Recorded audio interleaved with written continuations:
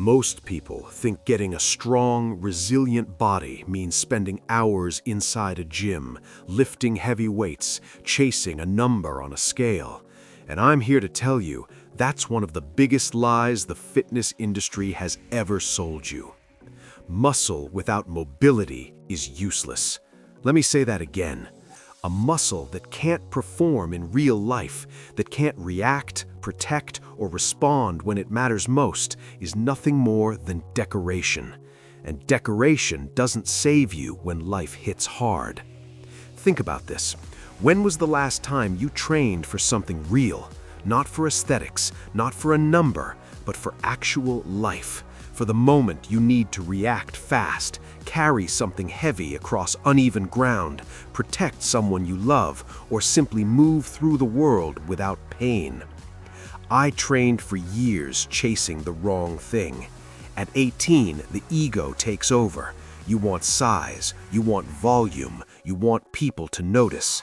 I pushed the weight up, packed on mass, and got to 94 kilograms. Sounds impressive. It wasn't. My back was destroyed. I was exhausted. I was in constant discomfort, and I had to ask myself a very uncomfortable question. Is this actually strength, or is this just weight? That was the turning point. That was the moment I understood that real training isn't about how much you can lift in a controlled environment. It's about how your body performs in an uncontrolled one. Here's what nobody tells you about conventional gym training.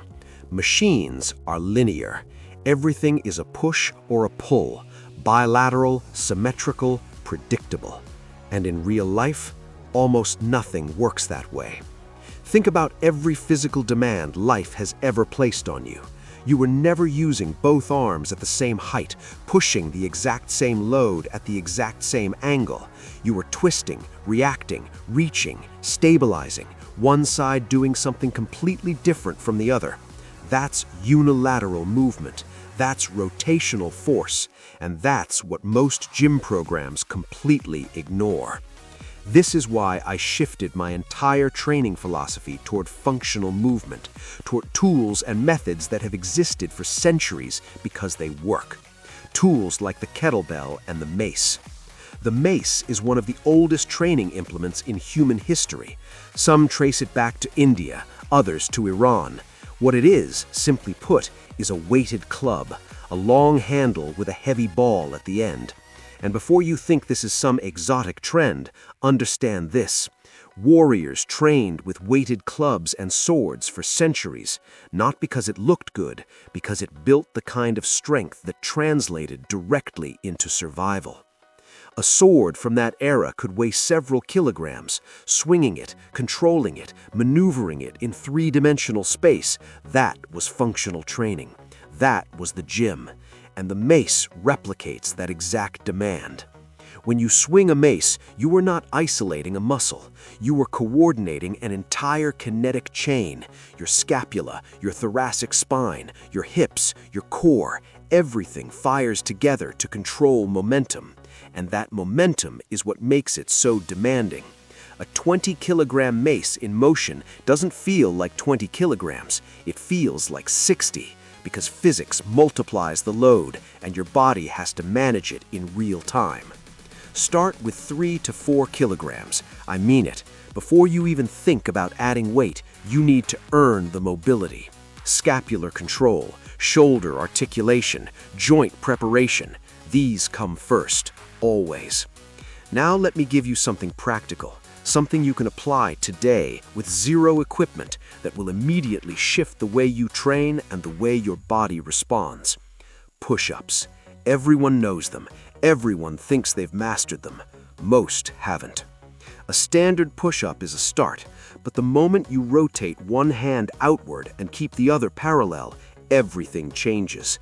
Your body has to adapt to an asymmetrical load. Your shoulder girdle fires differently. Your core compensates. Your wrist and forearm take on angles they've never experienced. And that adaptation, that demand for stabilization in an unusual position, is exactly where functional strength is built. Take it further.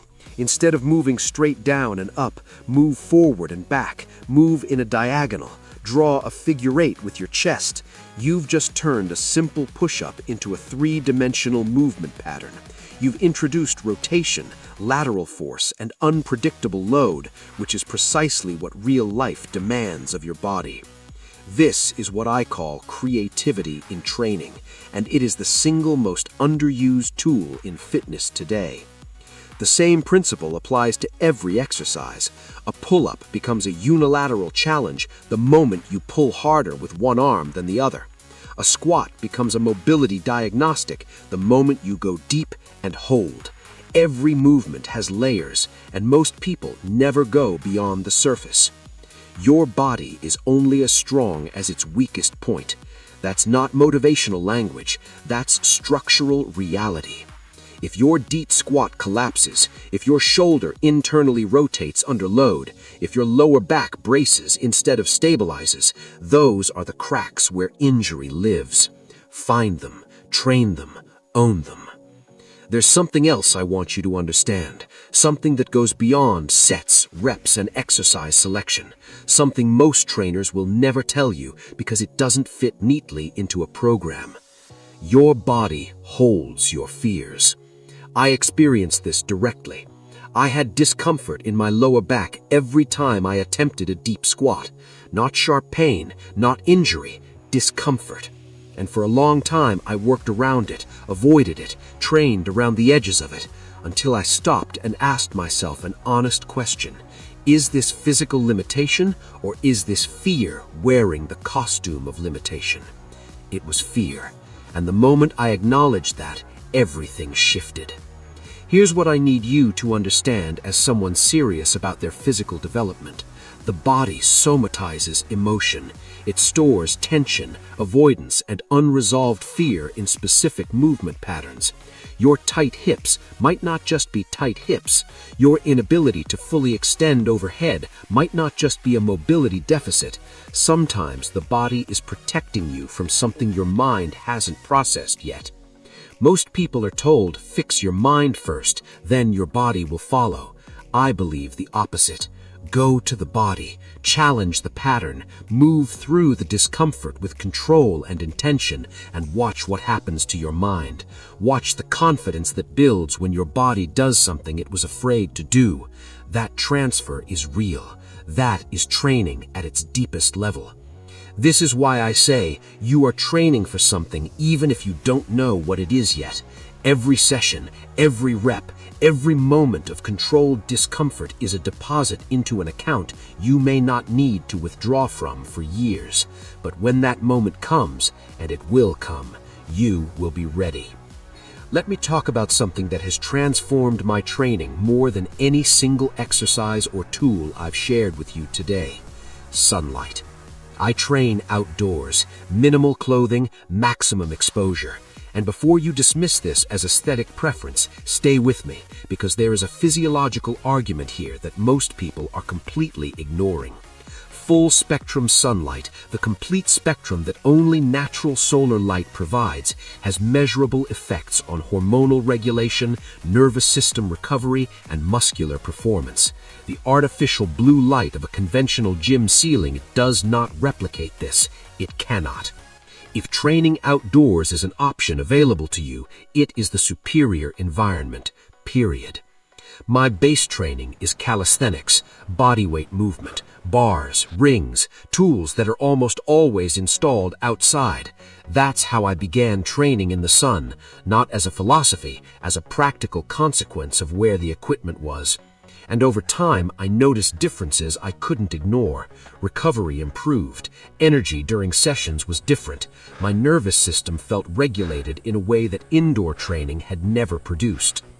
I've since combined calisthenics with kettlebell work, mace training, and a practice called rope flow, which I want to explain because most people have never encountered it. Rope flow is rope movement without jumping. The rope moves around you, you move around the rope. Your body rotates, shifts, ducks, weaves, and the rope maintains its flow. The moment you lose spatial awareness, the rope stops. It's immediate feedback from your environment. which is exactly the kind of proprioceptive training modern life has completely stripped away from us. We have lost our awareness of the space around us. Our eyes are fixed on flat screens at fixed distances for hours every day. Our peripheral vision atrophies. Our ability to navigate three-dimensional space with confidence deteriorates quietly, gradually, invisibly. Rope flow rebuilds that. It rebuilds the connection between your body and the world it moves through. I want to close with something that I believe is more important than any exercise, any tool, or any training methodology I've shared with you today. Acceptance. We live in a culture obsessed with optimization, with hacking, shortcutting, and bypassing the process. TRT, performance enhancers, aesthetic procedures. I understand why people go there. I don't judge the choice, but I will tell you clearly where I stand and why. The hours matter. The accumulation matters. The result that comes from genuine effort carries something with it that a shortcut simply cannot manufacture, and that something is self-trust. The deep, unshakable knowledge that your body performed, adapted, and grew because you built it. That cannot be injected, that cannot be purchased. And once you have it, nothing takes it from you. The perfect body doesn't exist. The moment you reach the goal, you'll find another imperfection waiting on the other side. That's not failure. That's the nature of being human. We are always moving, always adjusting, always becoming. The problem is when we treat that process as a problem to be solved rather than a reality to be embraced. Age will come. Capacity will shift. Some movements I do today, I may do differently in 20 years, and when that day arrives, I will adapt, because adaptation is exactly what I've been training all along. Not a specific weight, not a specific physique, the capacity to respond to whatever life presents. Train your body for the life you're actually living, not the controlled, predictable, comfortable version of it. Train for the fall you need to catch, the person you need to carry, the moment that arrives without warning and demands everything you have. Because life will test you. The only question is whether you'll be ready when it does. Now you know where to start.